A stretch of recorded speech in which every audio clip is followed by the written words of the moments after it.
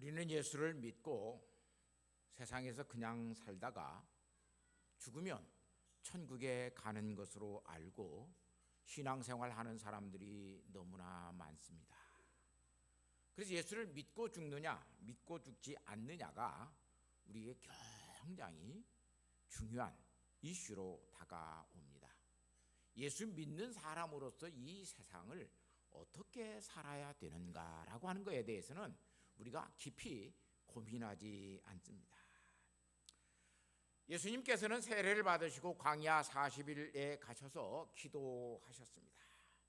그리고 마태복음 4장 17절 말씀에 보면 예수님께서 그때 복음을 전파하시면서 회개하라 천국이 가까이 왔느니라 이렇게 복음을 증거하셨습니다. 하나님의 나라가 천국이 너희에게 지금 가까이 오고 있다라고 예수님께서 말씀하십니다. 지상에 임하는 하나님의 나라를 이야기합니다. 누가복음 4장 14절과 15절 말씀에 보면 예수님께서 그 광야에서 시험을 받으시고 40일 동안 금식 기도하신 뒤에 성령의 능력으로 갈릴리로 돌아가시니 그 소문이 사방에 퍼졌다라고 이야기를 합니다.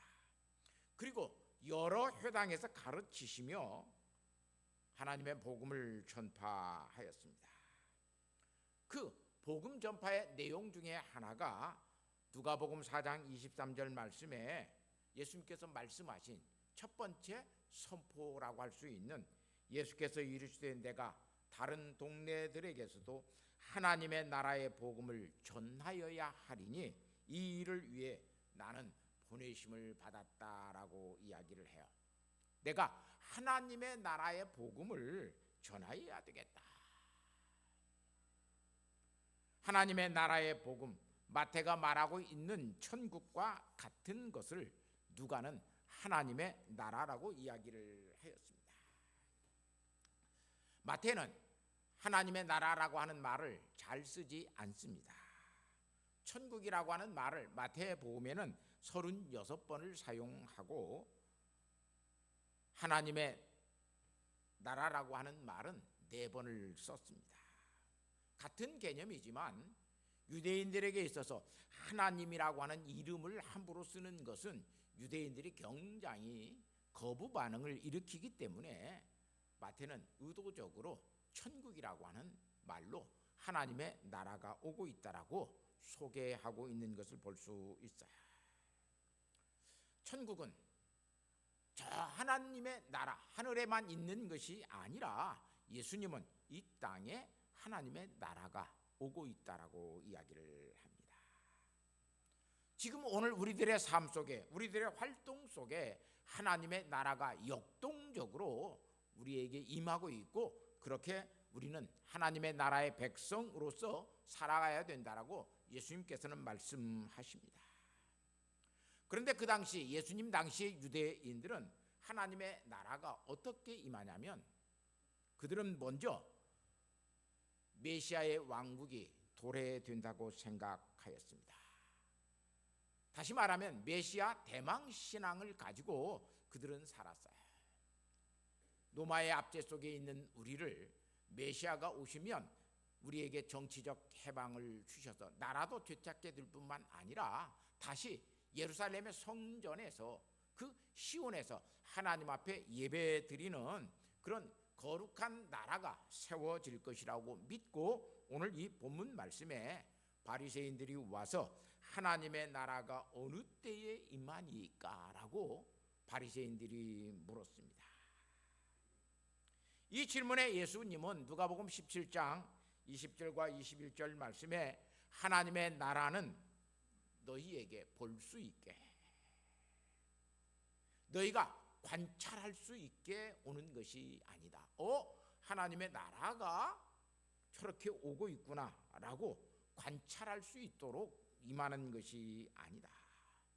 또 그뿐만 아니라 하나님의 나라는 장소적으로 여기에 있다 저기에 있다라고 말할 수 있는 하나님의 나라가 아니다. 하나님의 나라는 그들이 궁극적으로 시온성이라고 생각을 했고 예루살렘의 성전이 하나님의 나라가 이루어지는 장소라고 그들은 생각하였습니다. 그래서 예수님께서는 여기 있다고 저기 있다고 장소적으로 그렇게 하나님의 나라가 임하는 것이 아니다. 하나님의 나라는 너희 안에 있느니라 그래요. 엔토스 시몬, 너희 안에 있느니라. 너희의 마음 속에 하나님의 나라가 임하고 그 말이에요. 두 번째는 너희들의 관계 속에, 너와 나의 관계 속에 하나님의 나라가 이루어진다라고 예수님께서 말씀하십니다.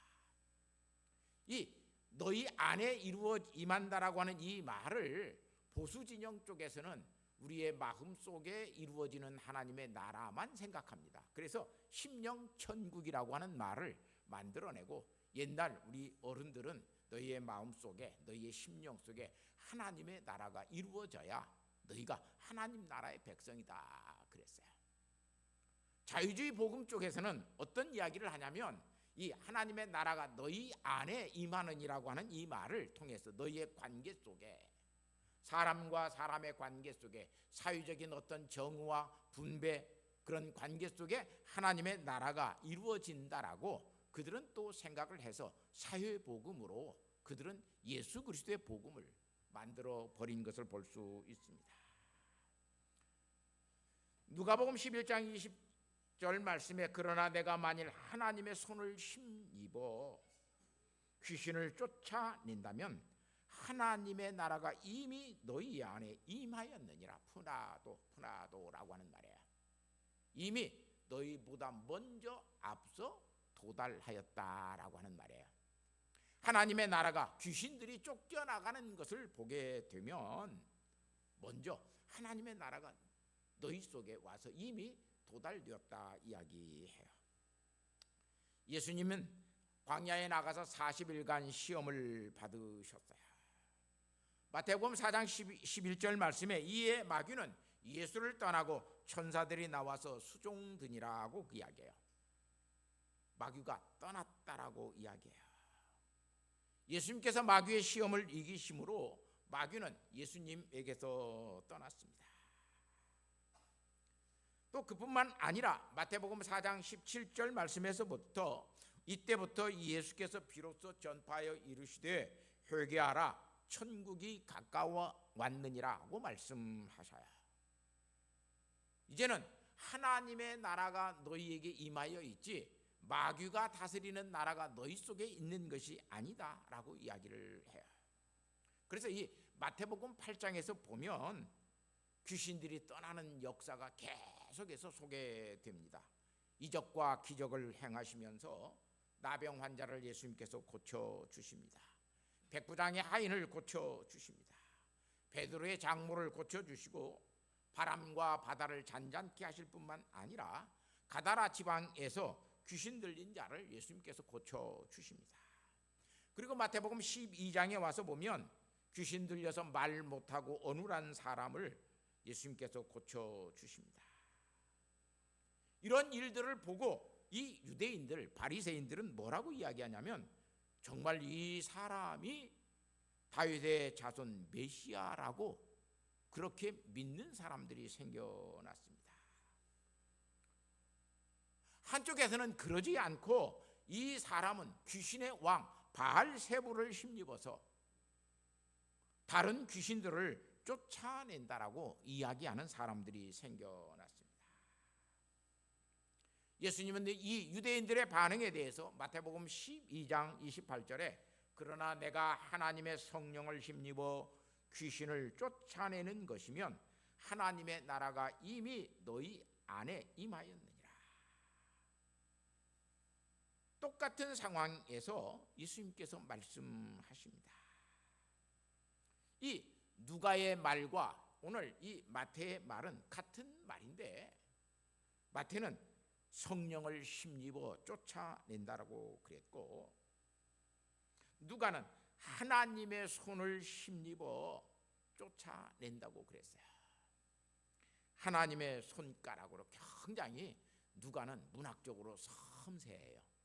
하나님의 손가락으로 헬라어 이 원문 성경을 보면 하나님의 손가락으로 마귀를 집어내 버리면 너희에게 이미 하나님의 나라가 임하였다라고 굉장히 문학적인 묘사를 해요. 그런데 마태는 직접적으로 성령을 힘입어 이렇게 묘사하고 있어요.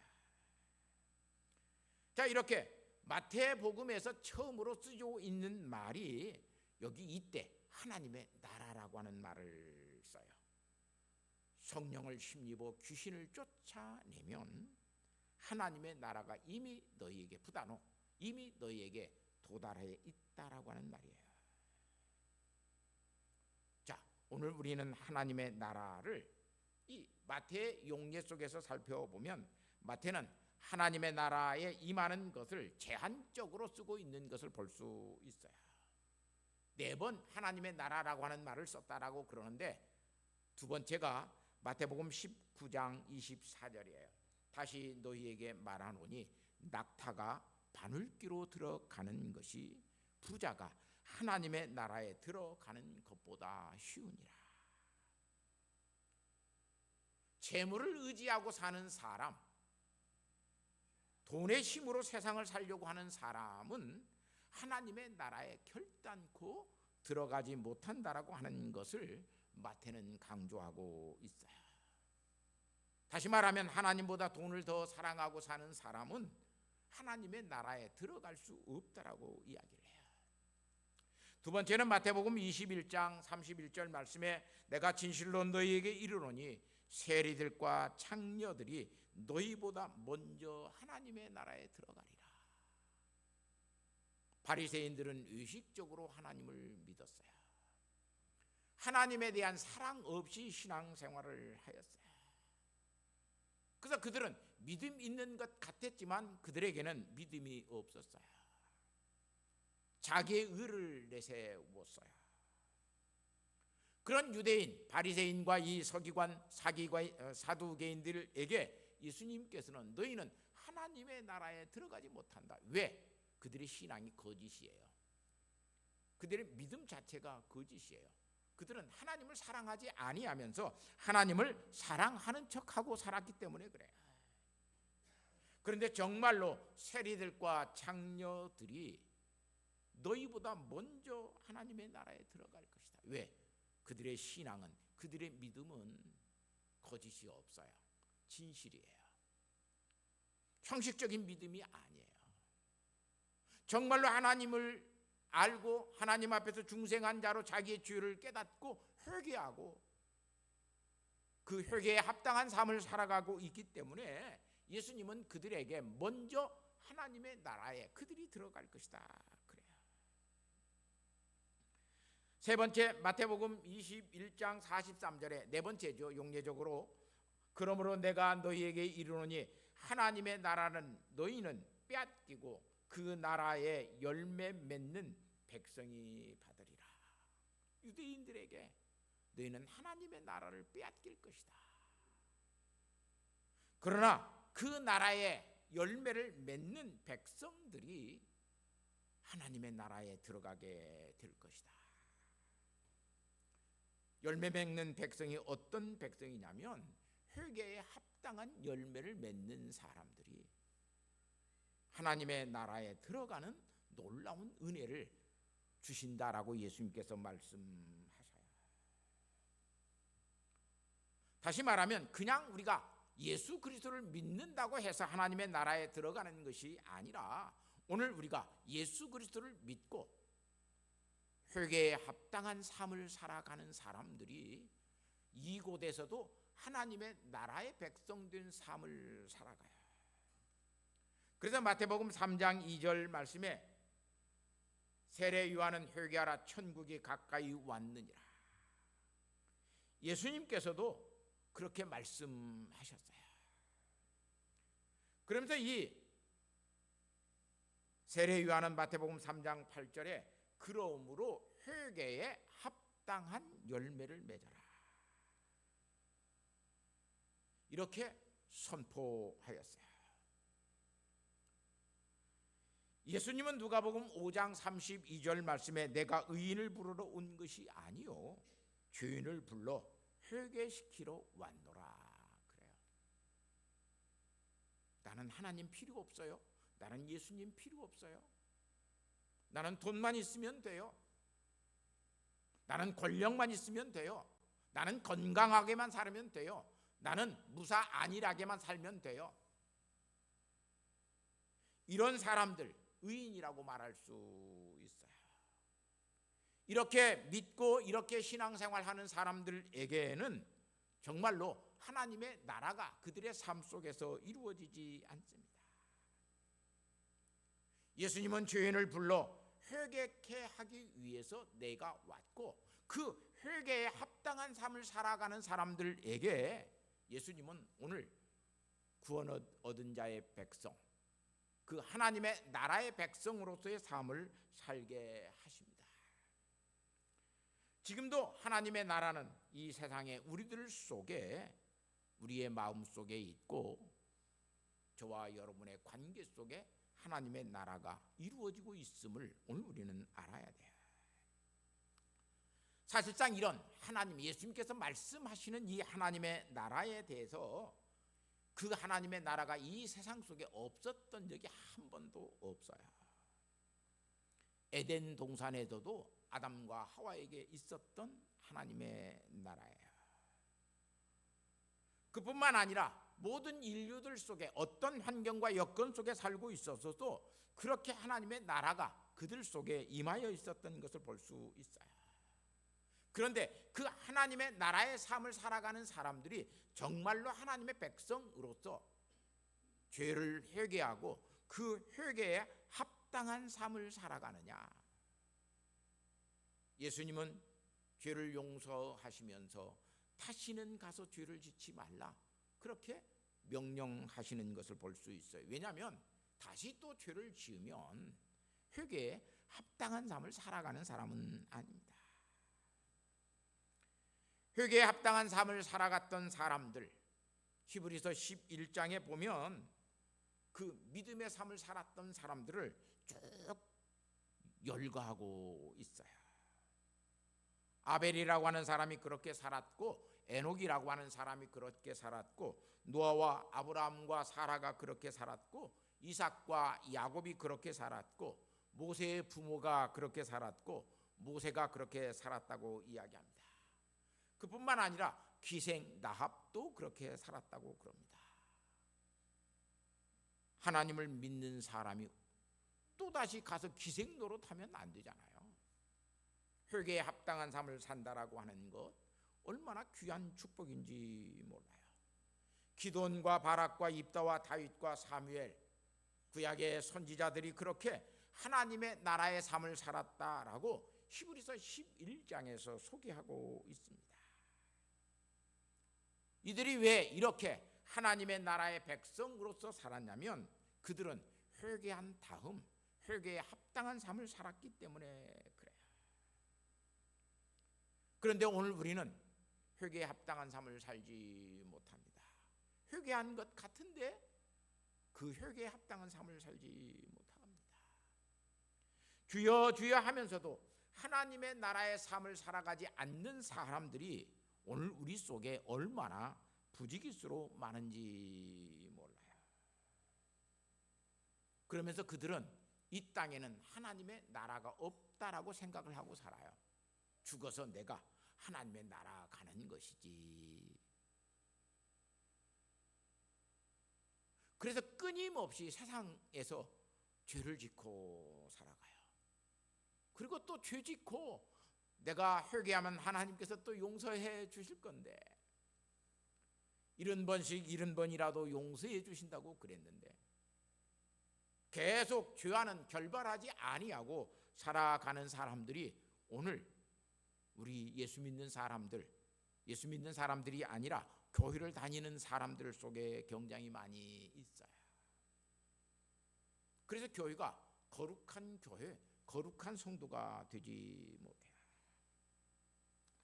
예수님 당시에도 그렇게 유대인들이 살았고 바리새인들이 그렇게 살았습니다. 그런 유대인들에게, 바리새인들에게 예수님은 이 땅에 하나님의 나라가 있다라고 이야기해요.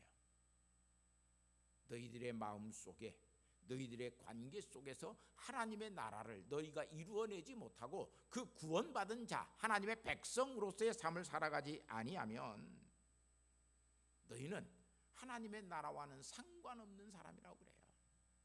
너희들보다 먼저 세리와 창녀들이 먼저 그 하나님의 나라의 삶을 살게 될 것이다 이야기해요. 데살로니가 후서 1장 5절 말씀에 보면 이렇게 사도 바울은 그래서 이야기해요. 하나님의 나라에 합당한 자로 여김을 받게 하려 함이니, 하나님의 나라의 삶을 살아가는 합당한 자로 받게 하려 함이니, 이 합당한 자는 또한 그 나라, 하나님의 나라를 위하여 고난도 받는다라고 사도 바울은 이야기를 합니다. 그러면서 빌립보서 1장 27절에 오직 너희는 그리스도의 복음에 합당하게 생활하라. 예수 그리스도의 복음에 합당하게, 거기에 딱 맞게 적합하게 살아가라고 이야기해요. 세상에 적합하게 사는 것은 처세술입니다. 그러나 정말로 하나님 앞에서 우리가 복음에 합당하게 살아가는 것은 그게 신앙의 생활이에요. 처세술을 잘하는 사람과 신앙 안에서 합당하게 사는 사람은 전혀 다른 신앙의 모습을 가지고 살아가요. 예수님 당시의 바리새인들과 유대인들, 그들은 회개하는 것 같았지만 회개에 합당한 삶을 살지 아니하였습니다. 그래서 하나님께서 자기 자신들의 죄를 회개케 하시고 그 회개한 삶을 살아갈 수 있도록 하나님께서 하시는 것들을 그들은 부인해 버렸어요. 그래서 하나님의 나라가, 메시아라고 하는 한 사람이 이 땅에 와서 노마를 점령하고 정치적이고 경제적이고 생활적인 자유의 모든 것들을 주어서 우리 유대인들이, 하나님의 나라의 백성들이 풍족하게 사는 그런 하나님의 나라를 그들은 생각하였습니다. 정말로 하나님의 나라의 삶을 사는 사람들은 어떻게 살아야 되느냐? 히브리서 6장 7절 말씀에 이렇게 히브리서 기자는 믿음으로 사는 것에 대해서 이렇게 굉장히 비유적인 언어를 통해서 우리에게 가르쳐 줍니다. 땅이 그 위에 자주 내리는 비를 흡수하여 밭 가는 자들의 쓰기에 합당한 채소를 내면 하나님께 복을 받고, 만일 가시와 엉겅퀴를 내면 버림을 당하고 저주함에 가까워 그 마지막은 불사름이 되리라 그래요. 땅이 비를 받아서 채소를 내면, 합당하게 그렇게 채소를 내면 하나님께 복을 받고, 그 땅에서 가시와 엉겅퀴가 나오면 버림을 당하게 될 것이다. 오늘 우리가 하나님의 말씀 앞에서 정말로 예수 믿는 사람으로서 합당하게 믿음의 생활을 하는 것은 하나님 앞에서 복된 것입니다. 그래서 그런 사람들을 향해서 복 있는 사람이라 그래요. 우리 속에, 저와 여러분 속에, 나와 여러분의 관계들 속에 정말로 오늘 우리가 예수 그리스도를 믿고 합당한 신앙생활을 하는 그러한 것들을 만들어내는 믿음의 삶을 살아가는 사람이 되면 우리는 구원받은 삶을 살아갑니다. 구약의 성도들도 그렇게 살아야 됐고, 오늘 우리의 신약의 성도들도 그 하나님의 나라에 합당한 복음의 삶을 살아가야 되었습니다. 시편 29편 2절에는 여호와께서 그의 이름에 합당한 영광을 돌리며 거룩한 옷을 입고 여호와께 예배할지어다 그래요. 그래서 그렇게 하나님 앞에 합당한 삶을 살아가는 사람들이 모입니다. 그게 교회예요. 교회는 그래서 거룩한 사람들의 모임이에요. 교회를 향해서, 예수 믿는 사람을 향해서, 그래서 왜 예수 믿는 사람이라 그러냐면 옛날에는 그래서 성도라 불렀어요. 거룩한 길을 가는 사람들, 그게 성도예요. 그런데 오늘날 성도라고 하는 말보다는 교인이라고 하는 말을 써요. 그냥 종교라고 하는 것을 믿는 우리는 교인이에요. 기독교인이에요. 하나님의 나라의 그 구원받은 삶을 살아가는 합당한 생활을 하고 있는 성도의 삶은 오늘 우리에게 없어요. 여러분은 교인입니까? 성도입니까? 교인은 주여 주여 하면서도 정말로 거룩한 삶을 살아가지 않습니다. 그래서 오늘 우리 예수 믿는 사람들은 성도라고 불려져야 돼요. 교회 모임을 사람들은 거룩한 모임이라고 불러야 돼요. 우리의 예배는 자꾸 거룩한 사람들이 모여서 거룩한 예배가 되어져야 그게 참 예배예요.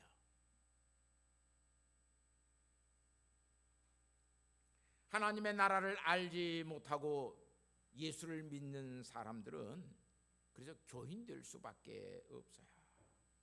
그 사람들은 회개에 합당한 삶을 맺지 아니합니다. 사랑하는 성도 여러분, 죄를 회개하고 그 죄를 멀리하는 회개에 합당한 삶을 오늘 우리가 살아가고 있습니까? 그렇다면 내 속에 하나님의 나라가 있고 오늘 우리들의 관계 속에 하나님의 나라는 이루어져 갑니다. 사랑하는 성도 여러분, 그 구원받은 자의 하나님의 나라의 삶을 살아가는 성도가 되어야 그게 참 성도입니다. 그 성도는 그래서 죄와 싸워서 죄를 이기는 삶을 살아갑니다. 설령 어떤 일에 있어서 죄 때문에 져더라도 실수하고 죄에 넘어질지라도 다시 회개하고 7번 넘어져도 8번 일어서서 가는 것이 오늘 예수 믿는 사람들, 하나님의 나라를 소유하고 사는 사람들입니다.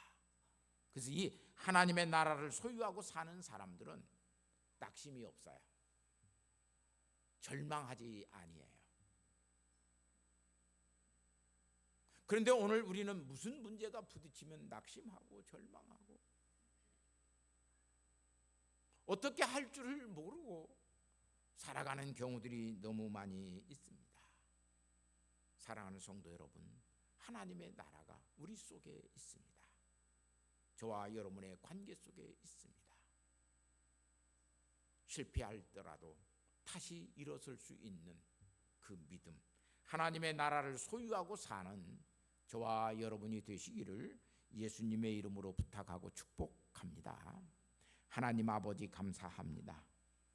하나님의 나라의 복음을 저희들이 믿게 하시고 듣게 하시고 그 하나님의 나라의 복음을 듣고 저희는 죄를 회개하고 하나님의 나라에 합당한 생활을 할 수 있는 믿음의 사람으로 살게 하여 주시니 감사합니다. 교회를 다니는 교인이 아니라 예수 그리스도를 따르고 하나님의 복음에 합당한 생활을 할 수 있는 성도의 삶을 살아가는 저희들이 되게 하옵소서. 아버지 하나님, 고난 주간을 통해서 저희들 하나님의 복음에, 천국 복음에 합당한 생활을 하는 믿음의 사람이 되게 하시고 그 생활에 힘쓸 수 있는 주의 자녀들이 되게 하옵소서. 예수님의 거룩하신 이름으로 기도하옵나이다. 아멘.